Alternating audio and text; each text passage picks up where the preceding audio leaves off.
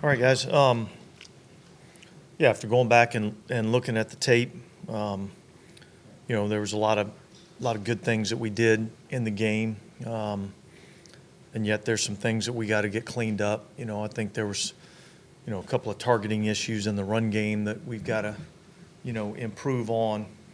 Um, a couple of penalties which cost us. In particular. Um, the penalty on the extra point, was a big penalty, caused us to have to kick the ball to the returner, and that was their best field position to start the game. So that was, a negative that we got to get cleaned up. I think defensively, our third down stats weren't where they needed to be. It was probably more of a product of what we did on second down, getting them into too many shorter yardage situations, which caused us not to be as good on third down. We were much better in the second half than we were in the first half. And so, look, I think, when you get, come off a game like that, everybody kind of feels good about, the outcome of the game, and yet there's a lot of things in there that we have to clean up. And so that's what we're in here today, hard at work on doing, and then we'll turn our attention to Philly. How's Taysom Hill doing this morning? Taysom's doing good. He feels good. And I don't know if we've gotten all the results back on. He went and had some more imaging today, but I think we avoided anything real serious. Can you tell us any more about what it was, like a chest, a puncture? We're just going to go with chest.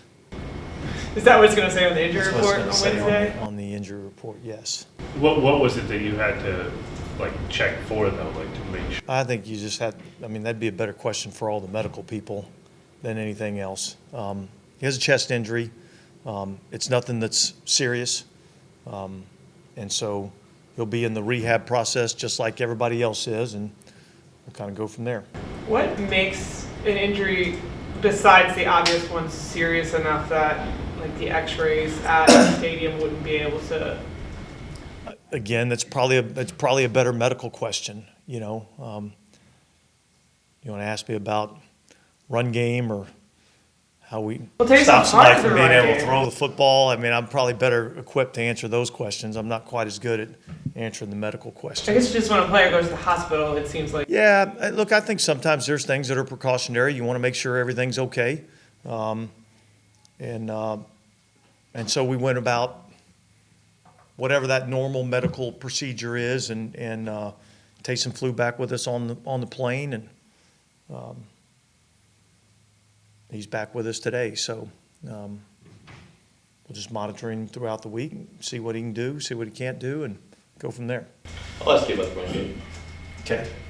I'm better equipped to answer that question.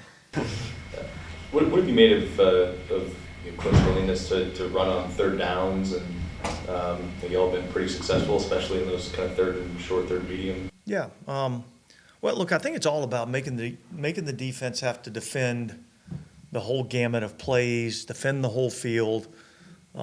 I think sometimes you make it easy on the defense when you just want to drop back and pass it all the time, and allow them just to rush the passer, and in particular when you're facing a team that rushes the passer as well as Dallas can. So I think that's just something that's always part of the arsenal, and you have it available to you, and it's just really about making that call at the right time.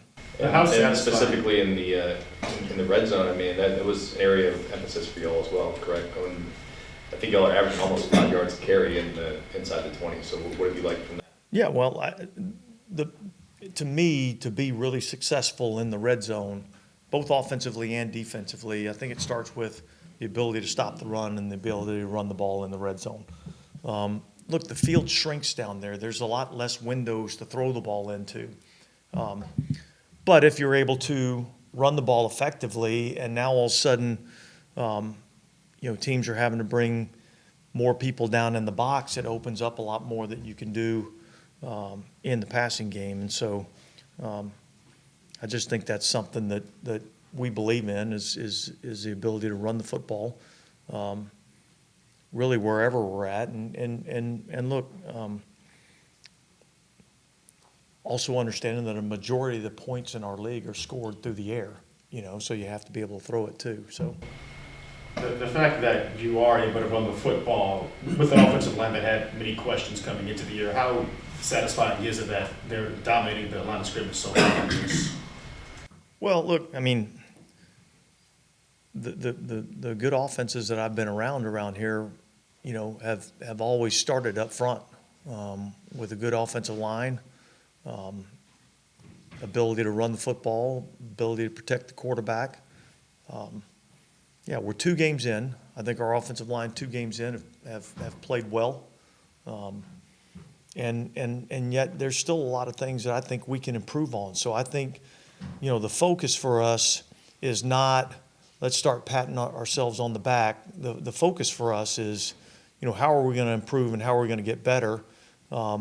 Because this is a long season. We're only 2 games into it. How did Kool-Aid McKinstry look on the film? Yeah, I thought he did pretty good. I mean, fundamentally, technique-wise, I thought he graded out really well. I thought he did a good job up on the line of scrimmage, press coverage, getting his hands on receivers, running with the receivers down the field. And so I think for his first time out, I was really pleased with what I saw. And I thought his aggressiveness and his tackling and his willingness to get involved in contact, I thought was an improvement, and it was good to see. Why this? We probably should have asked you this summer, maybe we did, but he was really running behind John Charles and Ray John Wright for most of the summer. What did he have to earn to kind of maybe get some looks with the ones more during the summer? Well, look, he missed all the spring, and so that was the first part. The second part is he needed to get into football shape, which he wasn't in when we first got started. So that put him just a little bit behind the 8 ball. Then he got injured in the San Francisco game, and so there's a lot of things that kind of went into that. And yet, I think if you went back and looked, there was plenty of times that he was maybe not getting reps out there with the first group, but he was running against the second team. Pretty significantly, and I think it's just get in there and earn your stripes, and I think he's done a pretty good job being able to do that. Yeah, well, obviously that was all set up for the second part of the question, which is what did he do to earn a big assignment like this just 2 weeks into this? Well, he's next man up. We drafted him in the second round for a reason. I think. A lot of teams, I can't remember exactly where we had him on the board, but we had a good grade on him. And so when he was available in the draft, we felt like we were getting a real kind of bargain at that price. He's smart, he's instinctive, he's fundamentally sound in what he does from a coverage standpoint. And so I think those are all things that we knew were there. But the fact that he wasn't here all spring or available all spring, he got injured in the San Francisco game, kind of made it harder for us to see him a whole lot, throughout the course of the summer. But yeah, we feel confident in his ability to go in there and help us win if we need him to. Are you interested to see how your offense reacts if a team takes away play action or the run game the way that they maybe have the first 2 games? Well, yeah, look, I think you're always anxious to see how your team, handles adversity. But look, it's a team game. And so, obviously our job as coaches are to try to put together game plans that give our players the best chance for success. And yet it doesn't always work out exactly as planned. And so sometimes you got to adjust. I thought our offense did a nice job of adjusting to a couple of things, some different fronts and things that we saw in the game that, we really hadn't anticipated. But I thought our guys adjusted well to it. And for Trevor Penning, is it fair to say maybe he's turned a corner a little bit, at least past? I think it's fair to say he's improving. I think he's done some really good things. So yeah, I think this is a guy that's gotten better each and every week, and that just goes to show, like, it takes time, it takes reps, it takes being able to go through that process, and I think early on in his career he missed a lot of time, and it was hard to get that experience. I think he's gaining some of that on the run, and I think every game that he goes out and plays, he's getting a little bit more and more confident. Was there something you were particularly encouraged by? You put Udo in there near the end of camp. Like, did you see that? Like, Yeah, well, did that ignite a positive response from him? Yeah, I think in the Carolina game, I thought he played pretty well, and I think even after the game, I said there were some things that he did really well, and then there's still some things he needs to improve on. I'd say the same thing about this week. There were some things that he did really well. There's some things he still needs to improve on. I think his run blocking's been, kind of exactly what we thought we could get out of him in terms of an aggressive, blocker in the run game, and I think he's getting better as a pass protector. So, just like all these guys, just like our whole football team, let's just go to work this week. Let's work on the things that we have to improve on, and try to get a little bit better this week. You guys obviously have Jalen Hurts this week. Last year, you kind of avoided the real running threat quarterbacks, primary running threat quarterbacks like Justin Fields and Anthony Richardson. Do you think you've come up with some things over the last couple of years to kind of combat the trend or the lack of success you guys have had against that We'll style? see. Look, these guys that are really good running the football, I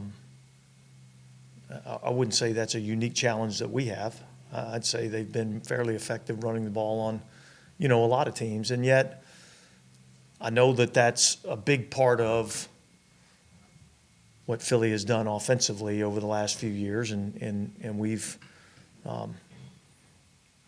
think the 2 years that we played them, 2021, those 2 years, 1 year we did a good job of kind of minimizing Jalen Hurts in terms of being able to run the football, but didn't do as good a job of stopping the running back, and then vice versa, a previous year or the year after. I can't remember exactly what that was. We'll get up there and start watching that tape here pretty soon. So,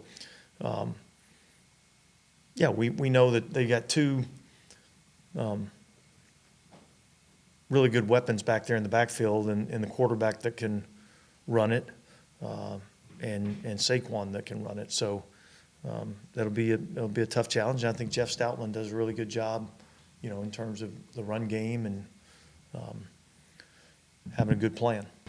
And we see the speed with Rashid. It's obvious, but like, is there like nuances to the way he plays and makes him such a good deep ball player?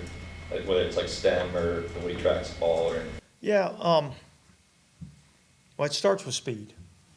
His ability to run off the football, step on the DB's toes, and really close that cushion down, I think is probably the number one thing. I think the other thing, I think he does an exceptional job of tracking the deep ball, which sounds easy, but it's probably not as easy as he might make it look sometimes. But yeah, I think it's, and look, I think Keith Williams, Dub, him and Daenerys have done a good job with these receivers and helping them in terms of being better route runners, more disciplined route runners. Their technique's better, and I think they still have a lot of room to grow, and I think they'll still get better as the season goes on. Hey, Dennis, when we talk to Clint during the week, he always kind of comes across as kind of no nonsense and just really locked in. Is that kind of what you see in the building? That's pretty much what he is. Yeah. Look, he's detailed oriented. He works extremely hard. Puts a lot of hours into his preparation. And he, along with the rest of the staff, do a great job of teaching and setting the standard, for how we have to operate offensively. And I think that's shown up in the first couple of weeks. Are there some things you learned about him over the last 2 weeks that maybe you didn't know when you interviewed him? Well, look, I never been on the sideline with him, so how's he going to call the game? I don't know that. I'm getting a better feel for that. My deal for him has really just been, just call the game, be aggressive, play the game to win. And I think he's doing that. And I think our players appreciate that, and I think our players are responding to that. Fans were obviously really excited about the win, and a lot of national shows led with this win today. How do you approach the noise? Do you embrace it at all, or do you have to find a way to block it out? Yeah, I would say that obviously in the world that we live in today and technology the way that it is, there's so much information that's out there. It's hard to avoid seeing what's being said. All right, so I'd be lying to you if I said I don't ever see any of that stuff. Okay, what I would tell you is we weren't listening to that or paying attention to that before. And there's no reason for us to start listening to that or paying attention to that now. There's a way that you win in this league, and it has nothing to do with what's being said about you outside of your building. It's about how you prepare. It's about the standards that you hold each other accountable to, and it's about your unity as a team and your belief in the way you have to win games. And formulating an identity, and I think, we're beginning to do that. The negative side of that doesn't help, or can it help sometimes if you choose to channel it? Yeah, look, I think everybody, took offense to how we were viewed. Look, in the outside, in our own city, you know what I mean? And look, look, rightfully so. We haven't performed the way that I think we're capable of, and so it really was incumbent upon us to make some changes and play better, and that's what we're in the process of doing. You helped Marshawn out to keep his injury from getting worse. How often do you find yourself basically telling world-class competitors, "Hey, I'm going to save you from yourself in this moment"? Probably more than you would expect. There's a big picture view to everything that we do, and this game is extremely important, and it's the most important game of the season, and yet it was game number 2, and so there's going to be a lot of important games that we're going to have to play throughout the course of the year, and so. I think him and other players in the past, I know we did the same thing with Cam Jordan when he had the orbital bone fracture, so it happens more than you think. These guys are highly competitive. They want to go out and play. They want to compete, and sometimes it may not be in the best interest of the team. All right, thanks, guys.